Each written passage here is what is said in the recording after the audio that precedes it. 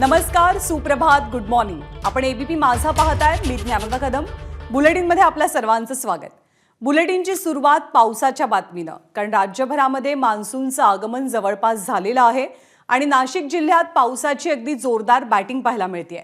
नांदगाव आणि मनमाडमध्ये जोरदार पाऊस बरसला, तसंच चांदवडमध्येही धोधो पाऊस पडला.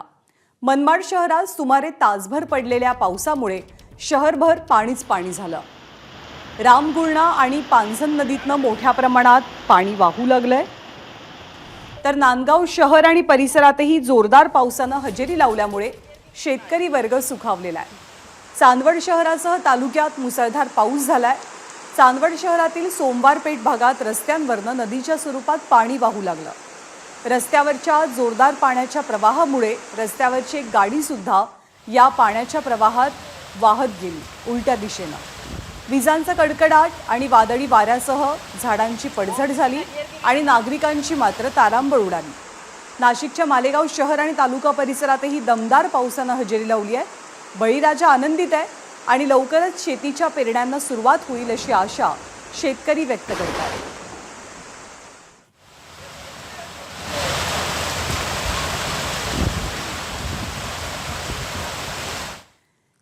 तर उत्तर महाराष्ट्रातनं आपण पश्चिम महाराष्ट्राकडे येऊया, कारण सांगली जिल्ह्यामध्ये गेले 4 दिवस पावसानं दमदार हजेरी लावली आहे आणि याचा सर्वाधिक दिलासा मिळालाय तो शेतकरी वर्गाला.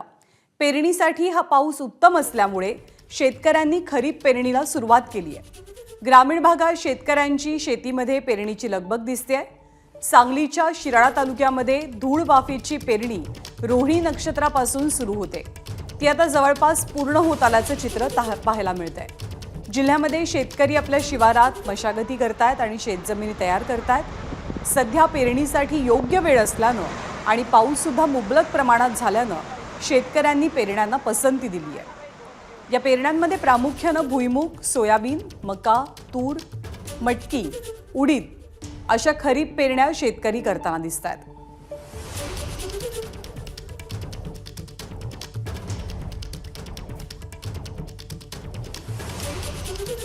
जूनच्या सुरुवातीलाच पाऊस झाल्यामुळे बऱ्यापैकी वल झाल्यामुळे आता पेरण्या चालू झालेल्या आहेत.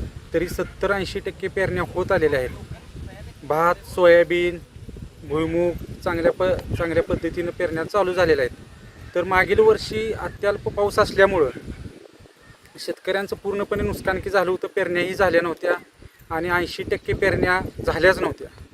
तर ह्या वेळेला बीज प्रक्रिया करून आता सोयाबीनची पाठीमागं तुम्ही बघितलं तर पेरणी चालू आहे. तर कृषीचा कुठलाही अधिकारी इथं माहिती देण्यासाठी आलेला नाही, कारण निकृष्ट दर्जाचं काम चालू आहे. एबीपी माझा, उघडा डोळे बघा नीट.